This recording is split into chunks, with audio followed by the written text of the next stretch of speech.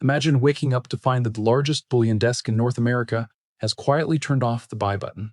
Not a glitch, not a maintenance window, a grayed out screen where the add to cart option used to live.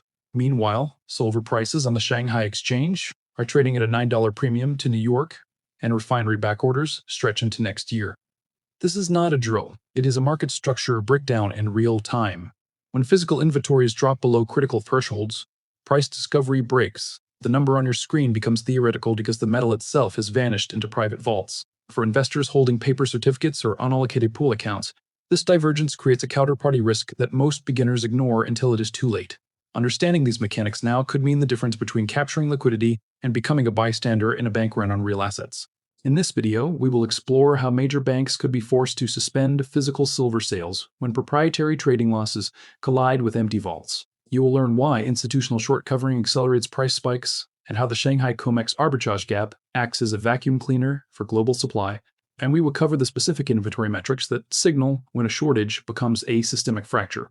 And the detail most analysts miss is the settlement timing mismatch between futures contracts and physical delivery windows.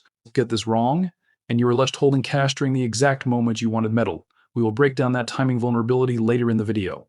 Before we proceed, a critical disclaimer. This video is for educational purposes only and does not constitute financial advice. I am not your financial advisor. Precious metals carry significant volatility, liquidity, and counterparty risks. Past performance does not guarantee future results. Never invest capital you cannot afford to lose, and always consult a qualified professional before making allocation decisions. Let us examine the mechanics of a retail collapse scenario. When a Tier 1 bank suspends bullion sales, it is rarely announced as a supply shortage. The official statement usually cites logistics or unprecedented demand. But beneath the press release lies a more troubling reality. The institution likely mismatched its physical inventory against its paper obligations. Here's how the fracture develops.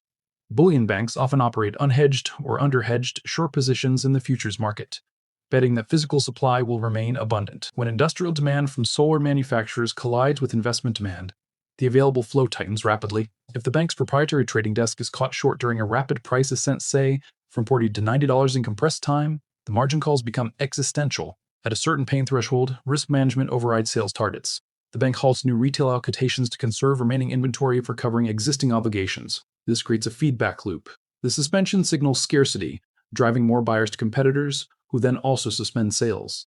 Suddenly, the retail market faces a liquidity evaporator. Your dollars are still green, but the conversion window into tangible metal has slammed shut. Historically, similar dynamics have occurred during the 2008 financial crisis and the 2020 pandemic squeeze, though modern inventories are reportedly thinner today. Now consider the institutional bloodletting. When a major precious metals trading desk maintains significant shorts exposure and price velocity accelerates, the risk is not merely financial. It is career-ending. Traders are trained in mean reversion models that assume extreme moves correct quickly. When those models fail, losses compound exponentially. If a desk is short 10 million ounces and price moves $30 against them, the mark-to-market loss becomes catastrophic. This triggers automatic risk protocols, liquidation of positions, termination of responsible parties, and immediate cessation of speculative activity. The removal of these human walls traders who historically sold into every rally eliminates the usual resistance levels. The psychology spreads rapidly. Remaining traders at competing institutions, witnessing terminations elsewhere, rush to cover their own shorts rather than fight the trend. This converts potential sellers into forced buyers, amplifying the squeeze. Meanwhile, the bank's vaults, already depleted by months of physical withdrawal, cannot be restocked because refiners are sold out and wholesale markets command premiums far above the paper spot price. The institution is trapped, unable to hedge, unable to source metal, and unable to fulfill retail demand. While Western institutions struggle with internal crises, Eastern markets often dictate physical reality. When the Shanghai Gold Exchange or Shanghai Futures Exchange shows prices significantly higher than COMEX, hypothetically, $122 versus $114, this spread creates an irresistible arbitrage opportunity. Refiners and logistics firms face a simple calculation. They can sell bars into the London or New York market at the lower price, or they can load metal onto aircraft and capture the 8% premium in China. Rational actors choose the latter. This drains Western warehouses at the exact moment they need inventory most. The mechanism accelerates as inventory data drops. When Shanghai registered vaults fall below 20 million ounces levels that might cover only weeks of industrial demand, the market enters a non-linear pricing phase. Sellers demand exponential premiums because they possess the last available liquidity. Price discovery shifts from the paper exchanges to the private negotiation rooms of bullion dealers. For investors monitoring these trends, the signals are specific. Watch the backwardation curve when near-month contracts trade above deferred months, indicating immediate physical scarcity. Monitor the silver lease rates, which spike when banks desperately borrow metal to cover shortfalls.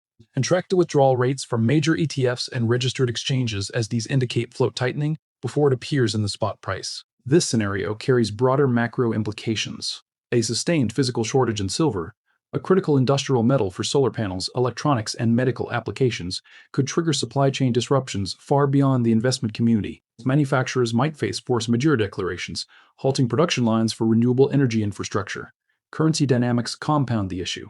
If the dollar weakens against the yuan while U.S. real yields turn negative, Eastern buyers gain purchasing power just as Western inventory vanishes. Geopolitical tensions could further restrict metal flows, with export controls or tariffs transforming a market squeeze into a trade war weapon. Risks for the retail participant include timing risk buying at euphoric peaks just before a sharp correction, and liquidity risk, where physical product carries massive bid-ask spreads during volatility. There is also the counterparty risk of unallocated accounts, where your ownership is merely a bank liability backed by fractional reserves. If the bank suspends operations, you become an unsecured creditor, not a metal owner. Here are 4 practical steps to navigate these conditions. First, verify your ownership structure. If you hold paper silver, determine whether it is allocated, unallocated, or pool accounted. Consider converting a portion to physical possession or fully allocated storage with segregated title. Second, establish relationships with multiple dealers and mints before shortages occur during crisis periods. Transaction volumes overwhelm systems, and only established customers receive allocation priority. Third, monitor the Shanghai COMEX spread and COMEX registered inventory weekly. A sustained premium above 5% historically signals physical stress. Use resources like the CEME Group's stock reports and the Shanghai Futures Exchange's daily warehouse data. Fourth, set strict risk limits. Determine in advance what percentage of your portfolio you're willing to allocate to precious metals, and stick to it regardless of FOMO. Use dollar cost averaging rather than panic buying during vertical price spikes, which often retrace sharply.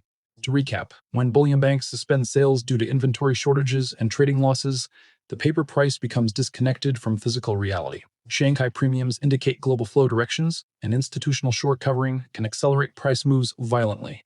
The key is preparation before the liquidity window closes. Remember, precious metals are volatile and carry unique liquidity risks. Never allocate capital you cannot afford to lose, and always perform due diligence on your custodians. If this analysis helped you understand market structure risks, subscribe for weekly deep dives. Comment below, do you prefer holding physical metal or paper proxies, and why?